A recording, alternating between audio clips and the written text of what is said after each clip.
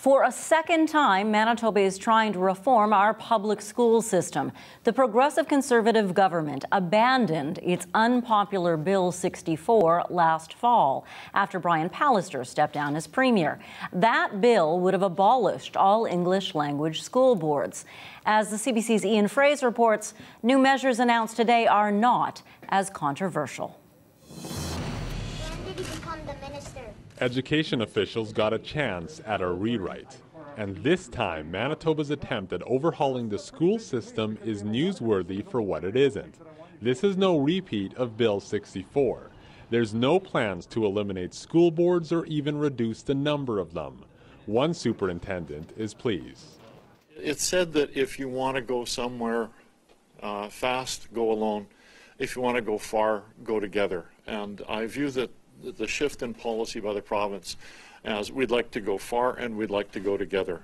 This is education reform, but a scaled-down version. The province says changes are still needed because Manitoba students score among the lowest in Canada.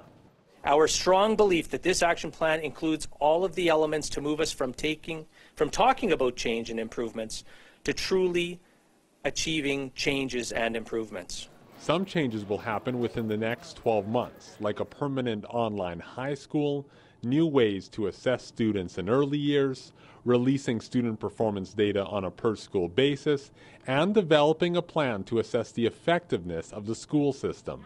Other changes will happen 12 to 24 months from now, like report cards that are inclusive of students with special needs, and asking each principal to take concrete action to improve the performance of their Indigenous students. Some are welcoming the plan. I think overall it's good news. It's what we should have been doing 2 years ago instead of Bill 64. Today, the Minister of Education stepped forward and talked about students and learning and inclusion and assessment and all of those things that need to inform the path forward. But not everyone was offering a passing grade. Well, my biggest concern is that there isn't a post-pandemic plan. This is going back to a commission report that was dated when it was released. Changes are also coming to how we pay for school.